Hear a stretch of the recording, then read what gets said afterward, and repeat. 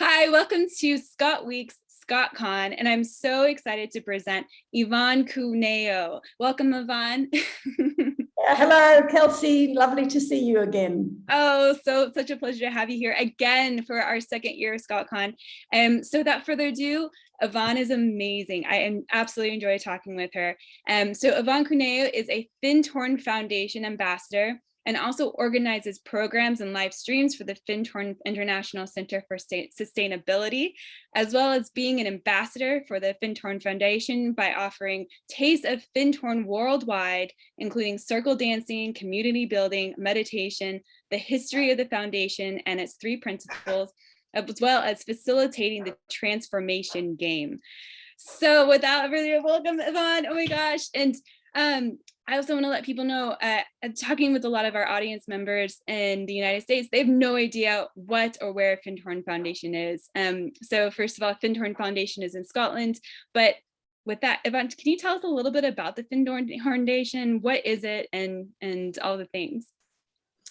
So we are in our 60th birthday year.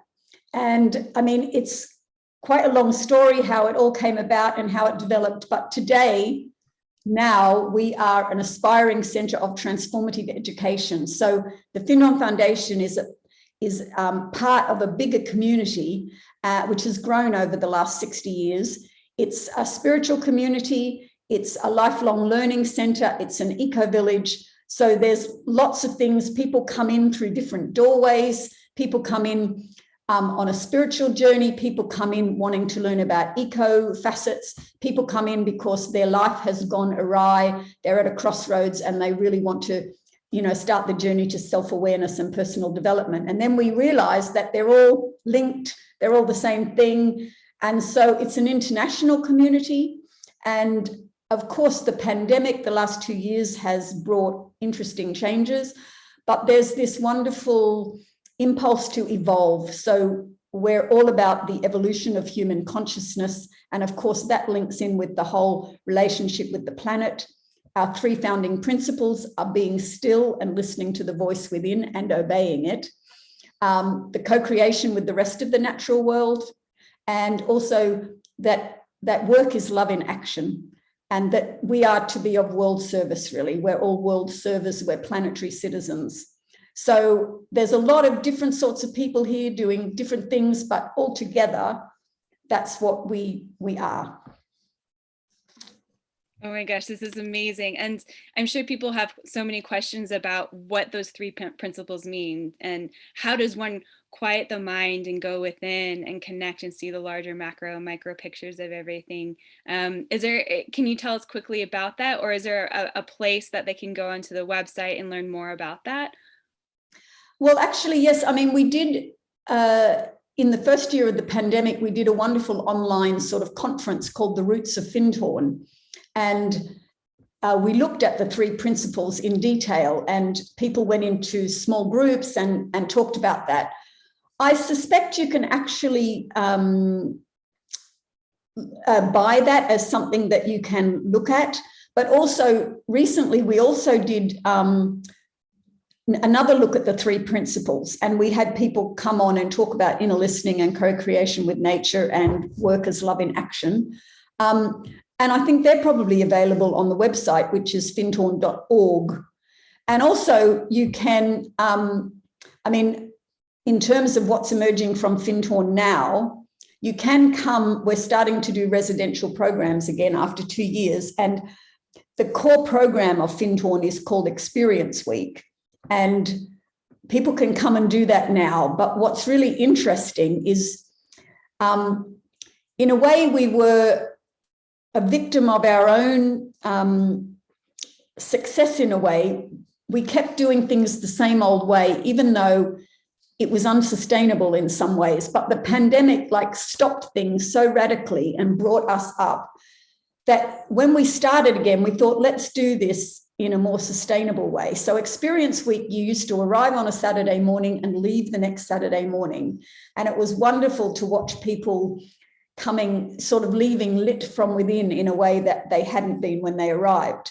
But this turnaround on a Saturday morning, and it used to be almost every week of the year, and there'd be this incredible like turnaround, people leaving, people arriving, not really sustainable for co-workers. So we started our first experience week after the pandemic was the 21st of March.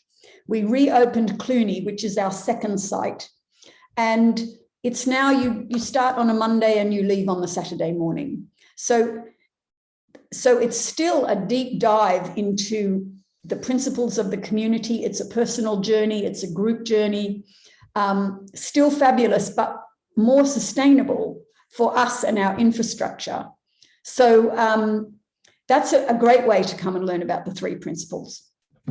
Yeah, that's amazing. And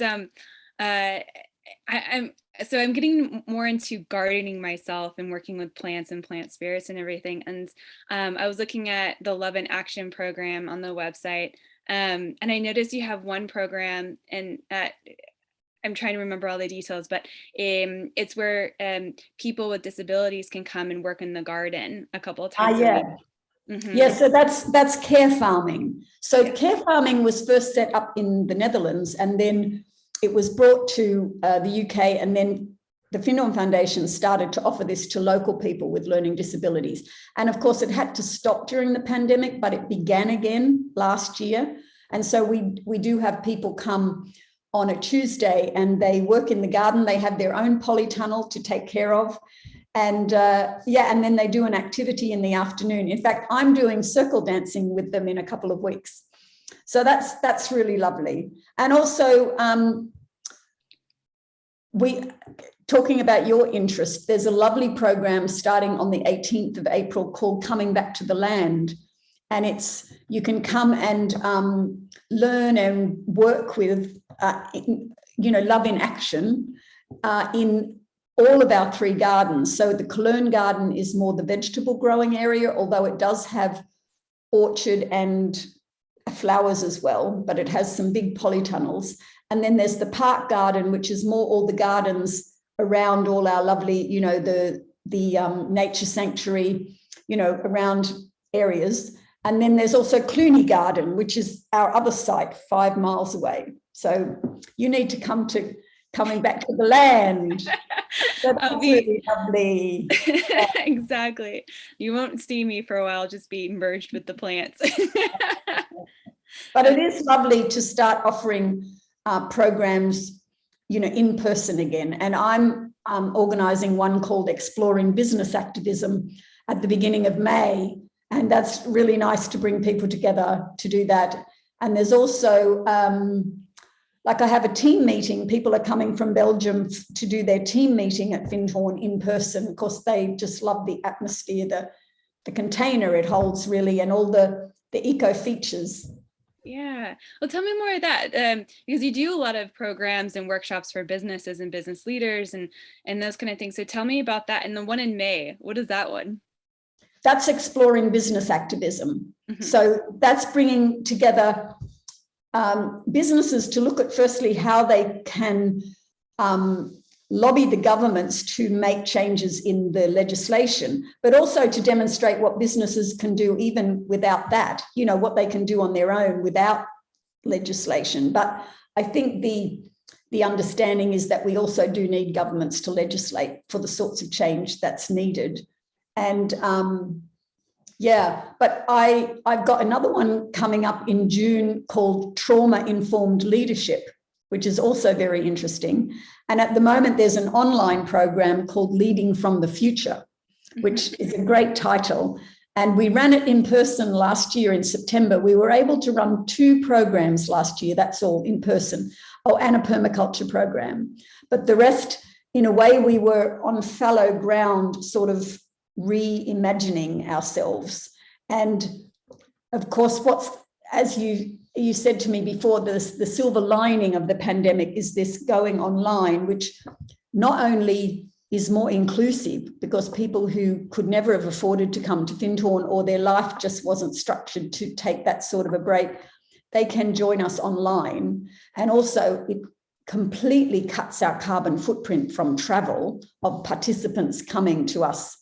And also it means we don't need as big an infrastructure, which was causing us not to be so financially sustainable, really. So you can run online programs with less of an infrastructure.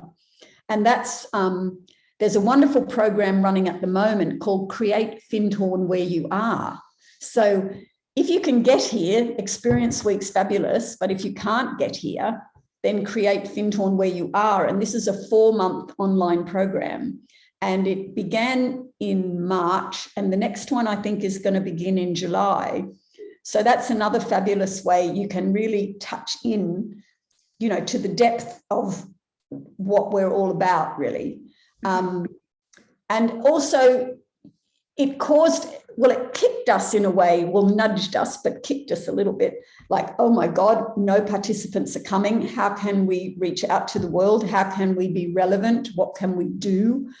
And I mean, it was funny, really, because I think co-workers, so much was always going on at Findhorn that we used to say, oh, it would be quite nice to have a few weeks without programs, without participants. Well, watch what you ask for, because suddenly we had, like, you know, a year and a half with no participants. And, you know, financially, that's quite challenging. I mean, we're a charity, but of course you have to have a turnover to keep things going, you know, lots of co-workers and stuff. So, so what we've done is we realized that it's better to have a hybrid, like people coming in person, but a lot happening online, because it is more inclusive and less of a carbon footprint. And some of the programs are hybrid. You can be online and here at the same time, but they're much shorter ones. Usually they're talks in the evening or something.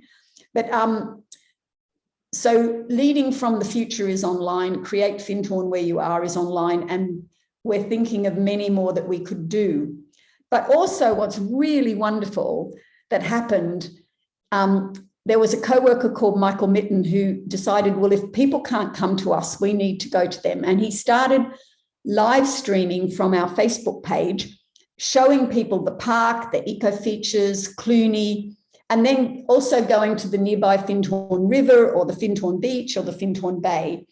And then I joined him in April 2020, and I'm still doing these live stream walks 2 years later on a Monday and Friday at 4 o'clock UK time. And what that's built is this amazing global community of people who feel linked with us and who we have walked, you know, it's that Ram Dass saying, we're all just walking each other home. And, you know, we take them, the camera is not on me, my phone is on the scenery, and we take them walking all over the place. And I pull an angel every walk from the Game of Transformation or a blessing card. And it's, you know, people write comments, and it's a whole, people say hello to each other. They've become friends with people all over the world.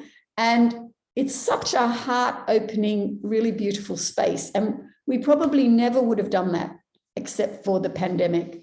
And similarly, we now, if you go onto the Findhorn Foundation Facebook page, you can touch in with the Light of Findhorn meditations. You can touch into Dominic reading Eileen Caddy's guidance a couple of times a week. There's my walks. There's Judy McAllister does readings from nature. So it's we've become more alive in that way, you know, this reaching out, very proactive way. You know, people don't have to always come to us. We can like meet somewhere in cyberspace.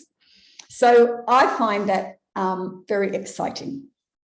Absolutely. That sounds amazing. And as you're speaking to, how do you, I mean, we have a lot of audience members that are business owners and parts of business.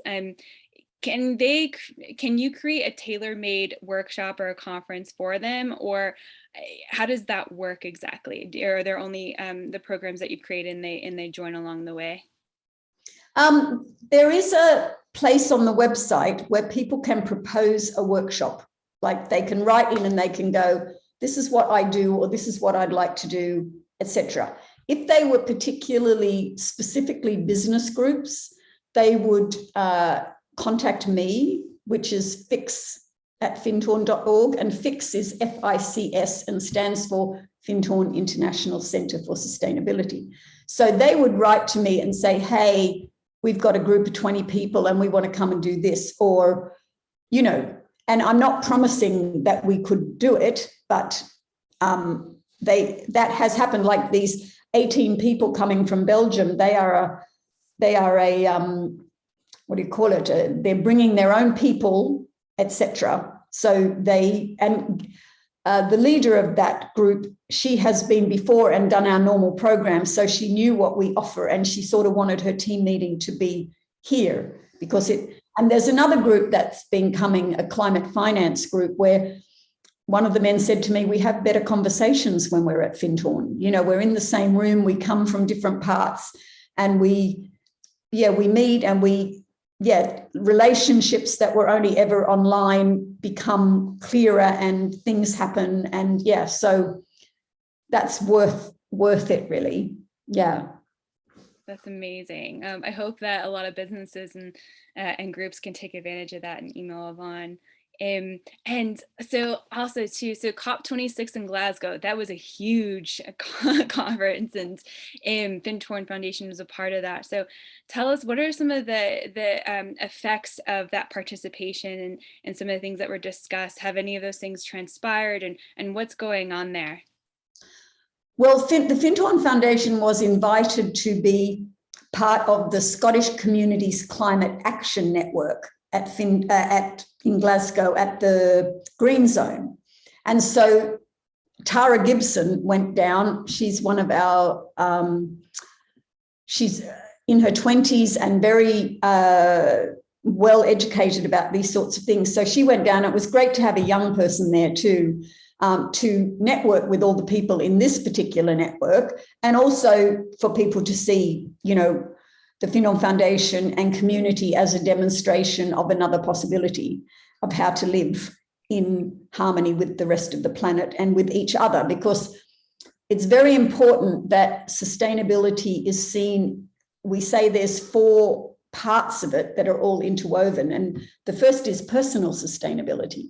You know, how am I with my life and my physical health and my mental health, etc., my emotional intelligence, my spiritual intelligence.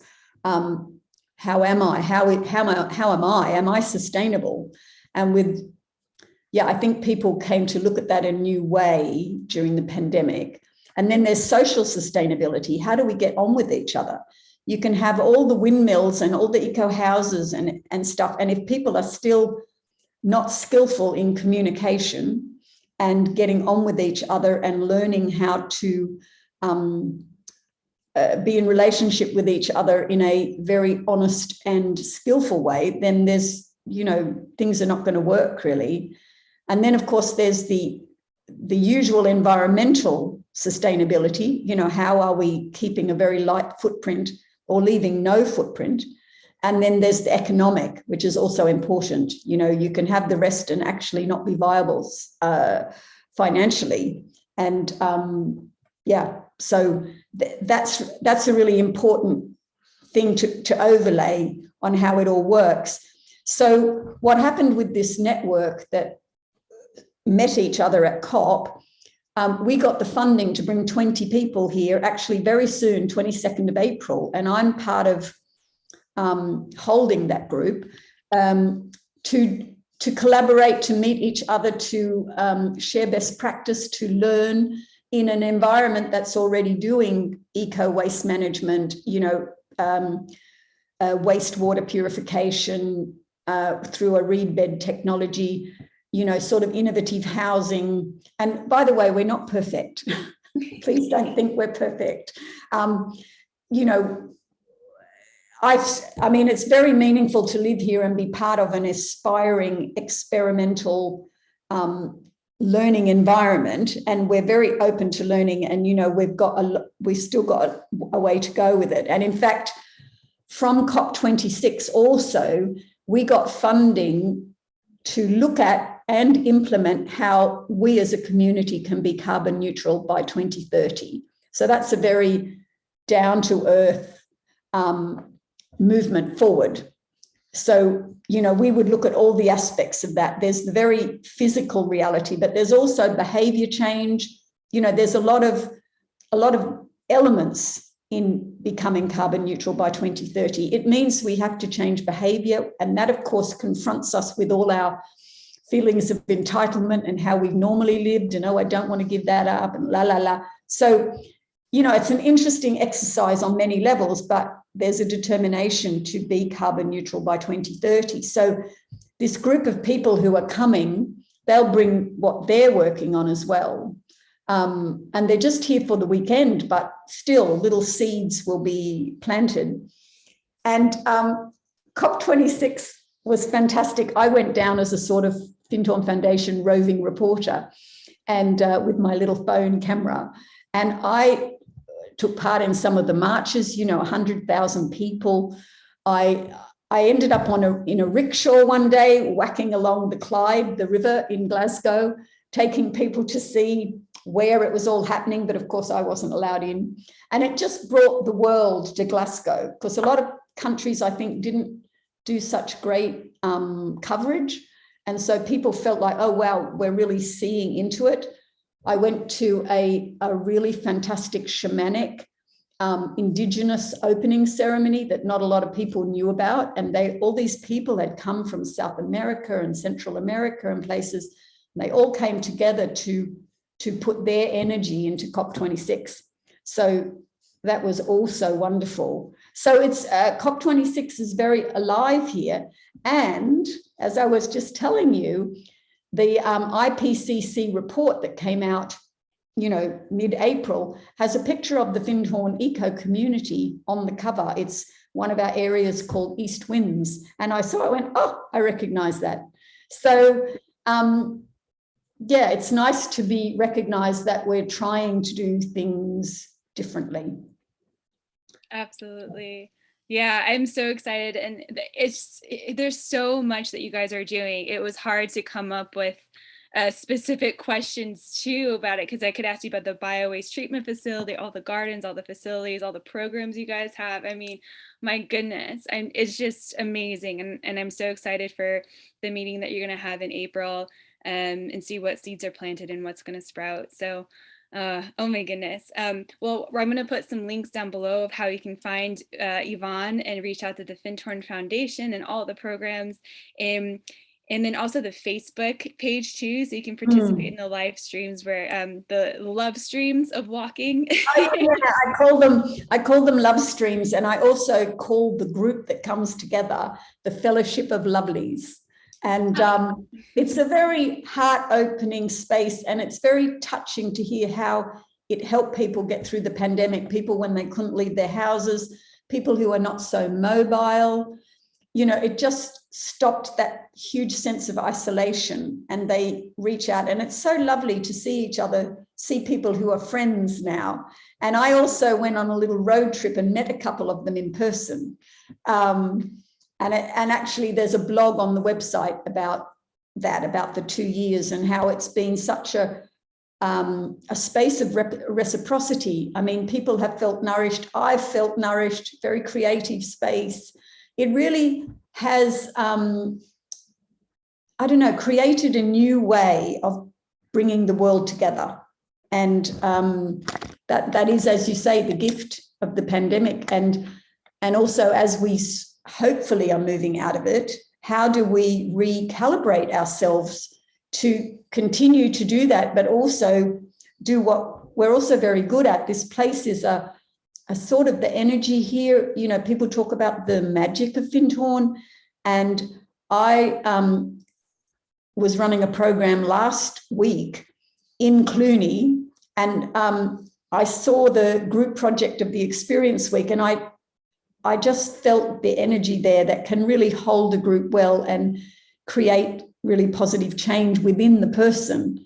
And you're talking about inner listening, and to create this space where people can touch into their inner voice and, get rid of all the noise and the chatter, and then really know what to act from there, to be from there, to breathe from there, rather than all the noise that's around us.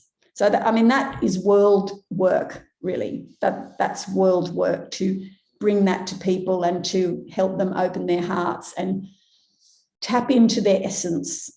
So yeah, so there's everything from that level to the practicalities of, you know, eco housing and waste management and heating and light and renewable energy, all of that, so important. And growing food and how to grow food and how to nourish the soil.